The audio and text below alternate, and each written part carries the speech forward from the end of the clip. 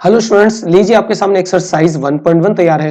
Class 9th का first chapter है number systems. इससे पिछले वीडियो में मैंने आपको कुछ बेसिक बातें बताई थी कि इस चैप्टर में हम क्या चीजें कवर करके चलेंगे।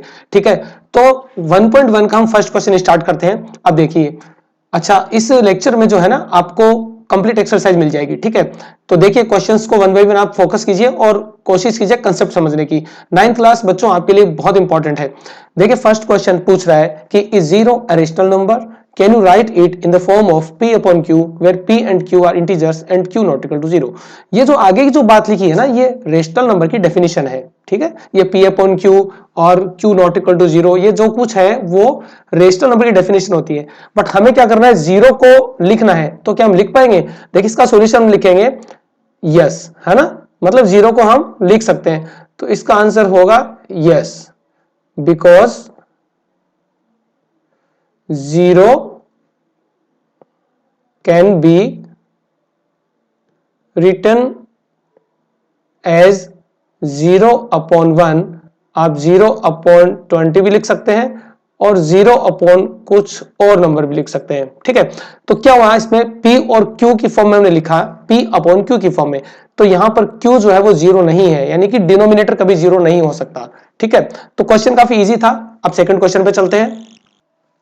ओके स्टूडेंट्स, ये देखिए second question, find 6 rational numbers between 3 and 4। अब इसमें देखिए क्या होता है कि हमें 6 रेशनल नंबर फाइंड करने हैं। आप यहां देख सकते हैं 6, तो 6 से एक ज्यादा हम लेते हैं, वन मोर यानी कि 7। 7 से हम मल्टीप्लाई डिवाइड करते हैं। बट अगर यहां पे आपको कंफ्यूजन है ना, तो मैं आपको एक बहुत ईजी मेथड बताता हूं।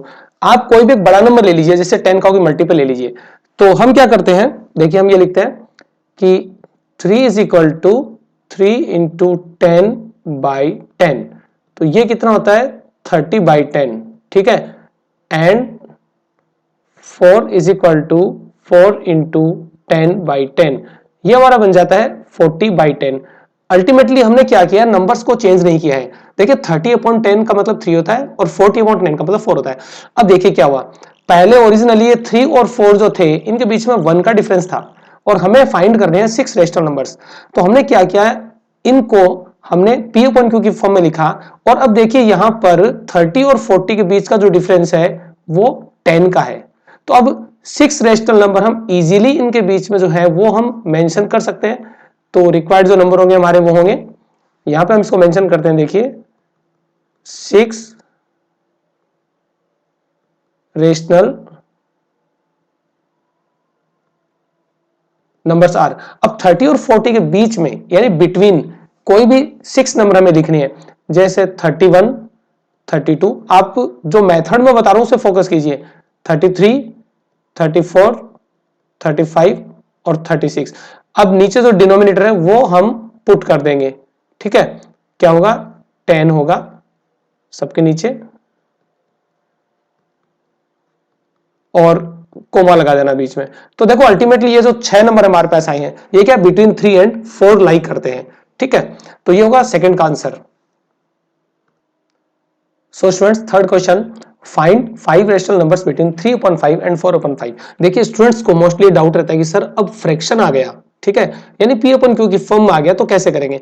अब ध्यान से देखिए, यहां पर न्यूमरेटर्स के बीच का डिफरेंस जो है वो 1 है, 3 और 4 के बीच का, और हमें फाइंड करने हैं 5 रेशनल नंबर्स। ये लिखा 5 रेशनल नंबर्स। तो हम क्या करेंगे, न्यूमरेटर्स के बीच का गैप जो है वो बढ़ाएंगे।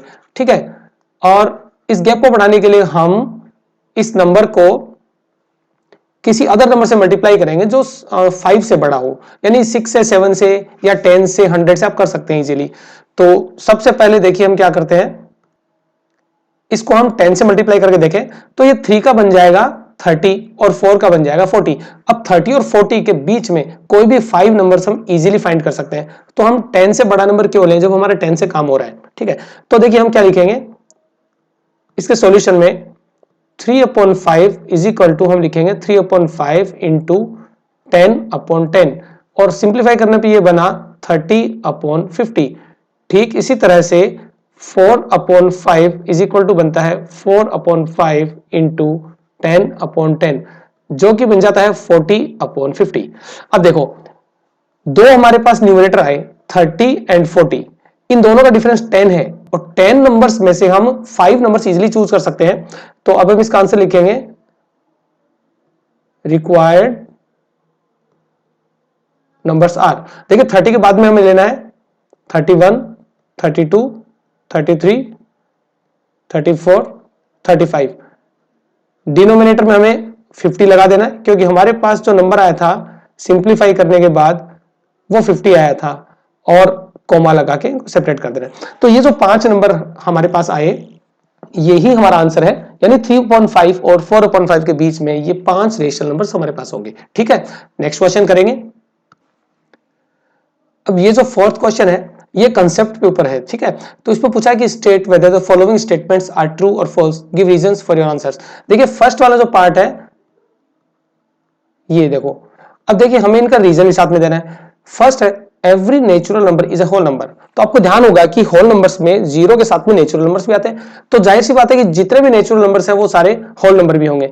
अच्छा, ये जो क्वेश्चन है ना, इसके तीनों पार्ट हैं स्टूडेंट्स, इससे रिलेटेड मैंने एक शॉर्ट अपलोड किया है, आप जरूर से देखें और अपने फ्रेंड्स के साथ में शेयर करें। ठीक है, तो फर्स्ट पार्ट में कह रहा है every natural number is a whole number, तो ये होगा ट्रू और फॉल्स लिखना है, तो ये ट्रू होगा।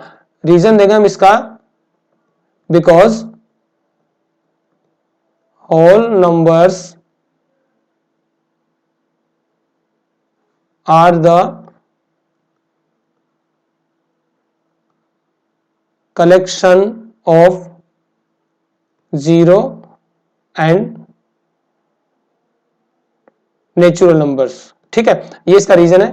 रीजन तो आपको पता ही होना चाहिए कि तुक्का आपको नहीं लगाना बिल्कुल भी। ठीक है, चलिए नेक्स्ट सेकंड देखते हैं। Every integer is a whole number.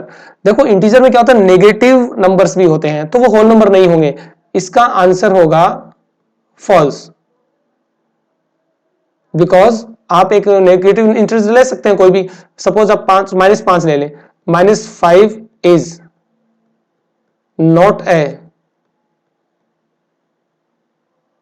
Whole number, ये आप ले सकते हैं। ठीक है, थर्ड पार्ट देखते हैं।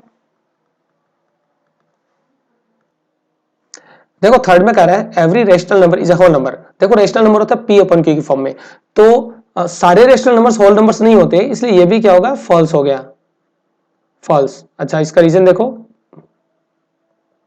बिकॉज कोई भी एक रेशनल नंबर ऐसा लो जो P अपन Q की फॉर्म हो। सपोज मैं 7/13 कर सकता हूं, 7/13 is not a whole number. ठीक है स्टूडेंट्स, तो देखिए फोर्थ क्वेश्चन काफी इंपॉर्टेंट है, मैं फिर से आपको याद दिला दूं, इस कंसेप्ट से रिलेटेड मैंने एक ट्रिक जो है वो शॉर्ट में बताई है, वो आप जरूर देखें और उसको शेयर करें। तो इस तरह से एक्सरसाइज 1.1 कंप्लीट होती है। जल्द ही नेक्स्ट वीडियो में हम मिलेंगे 1.2 के साथ। शेयर करना ना भूलें। अगर फर्स्ट टाइम देख रहे हैं तो प्लीज चैनल को सब्सक्राइब कर दें। Have a good day.